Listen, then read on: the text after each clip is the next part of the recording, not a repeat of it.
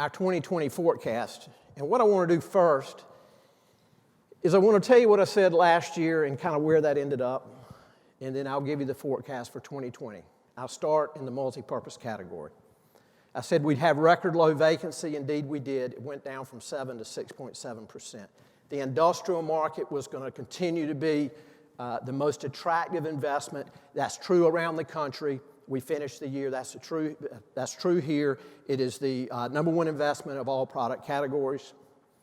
I said we'd have a big construction year, but it wouldn't match 2018. We did have a big construction year, 1.9 million square feet, but it actually surpassed the 1.6 million square feet the previous year.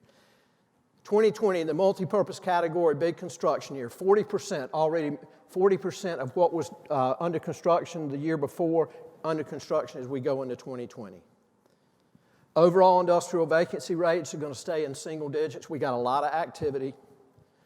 There is some construction in RTP. Vacancy is going to stay, again, healthy, but it's not going to be at a drop into single digits. There's limited land available in the industrial market. Construction costs, landlords are really going to be pushed to try to increase rental rates. Continued strong activity in the multi-purpose market. It's going to be another healthy year in 2020. How about the office market? I said in 2019, another strong construction year. Indeed, that was the case, 2.3 million square feet. I knew there'd be 5 submarkets that would have single-digit vacancy in the overall market. And that indeed was the case. And the only market that would have double digits was the Research Triangle Park market, still healthy at 3%.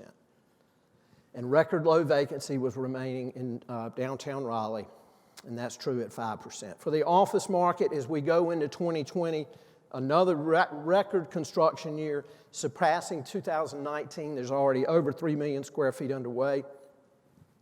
In the video earlier, it was mentioned that it's record low vacancy in suburban Raleigh.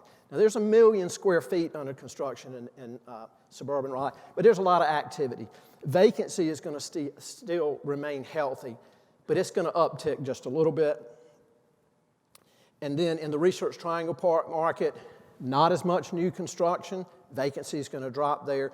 But overall, in the office market, we're going to see vacancy jump back up to where it was in 2017 from 8% to 10%.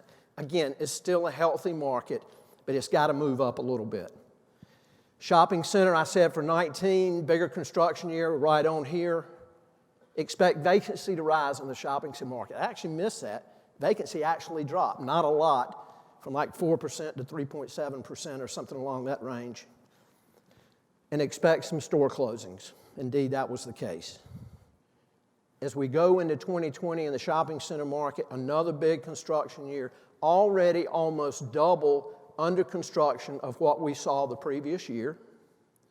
Vacancy to remain at 4%. We'll see these tenants. We're already seeing them in the retail sector, food and beverage, health and fitness, and this co-working, flex, and office space that are moving into some of these retail closures. But overall, the market continues to be healthy in the shopping center and retail category. Okay, how about multifamily?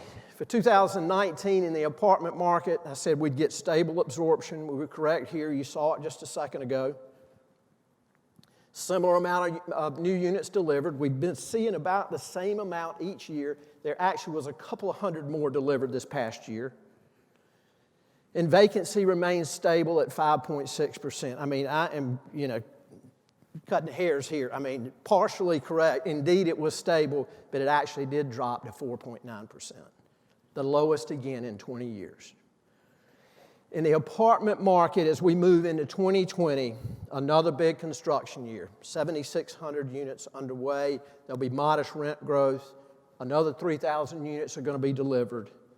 And expect again in the apartment market, low vacancy at 5%. And then finally in the single-family homes category. 2019, I said there'd be no increase in sales volume, and I was right on here. It actually dropped. Minimal movement in inventory. There was minimal movement in inventory, but it actually went up, and it went up more so than I thought it would. There'd be a minimal increase in sales prices compared to 6% the previous year. I was right on here. We did get an increase, but it was only 3.3%.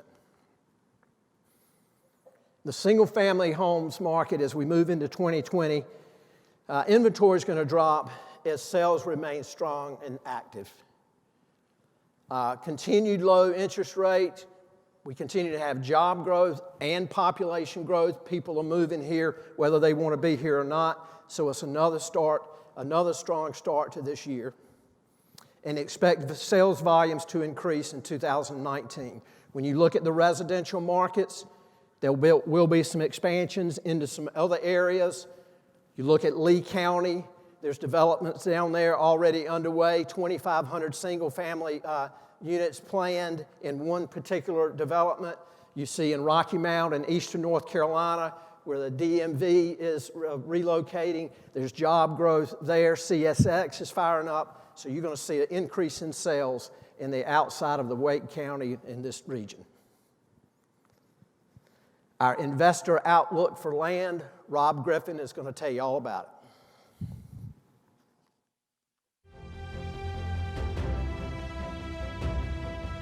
Behind me is an example of a new apartment project currently under construction at McCrimmon Parkway and Town Hall Drive in Morrisville, North Carolina. Multifamily land across the triangle is at a premium as the demand for apartments continues to rise and vacancy remains at a record low. The number of developers seeking industrial and flex land is still extremely high as vacancy rates are at an all-time low as well. Rising land prices in historically preferred locations have pushed many developers to peripheral towns and surrounding counties. Garner and Clayton are prime examples and beneficiaries of this movement. With well-located Class A office land supply in the triangle starting to diminish, we're starting to see more redevelopment of existing facilities.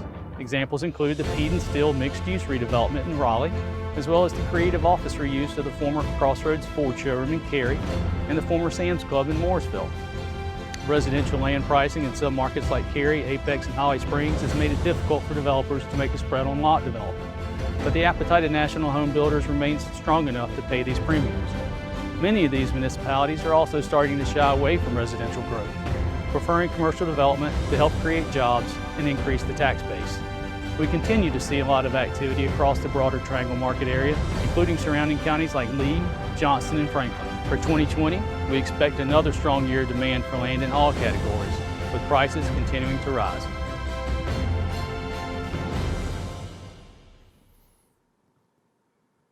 Well done. And our investor outlook for income property. John Hibbets will talk about that. 2019 was a surprise to many economists and to many of us in the commercial real estate industry. Instead of seeing rising cap rates and a mild recession or at least flatlining growth, we saw the Fed drop interest rates and we had more record sales across virtually every asset class. Among those records, office buildings like the one here in North Hills, CapTrust Tower, as well as apartment complexes like the Carolantic on Glenwood Avenue, which traded hands for an amazing $403,226 per unit, breaking the previous record by more than 25%. So what's driving the trend? Years of low inflation, strong growth in absorption, high construction costs, long development delivery timetables, and a vast amount of 1031 money. Surprisingly though, opportunity zones weren't much of a factor. For the Triangle, our income property forecast for 2020 is a continuation of 2019. Steady market demand will keep cap rates compressed. Purchases of existing product, particularly in the industrial and flex product types, will see a strong upside given the gap in rental rates due to construction costs. We have passed the 10-year ghost of recessions, and 2020 bodes more than just a new decade, but a new, longer timeline for economic cycles. To the extent that we believe it, we will see it.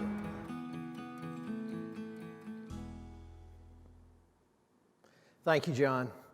And that concludes my remarks as it relates to the real estate industry. Again, thank you so much for your time today.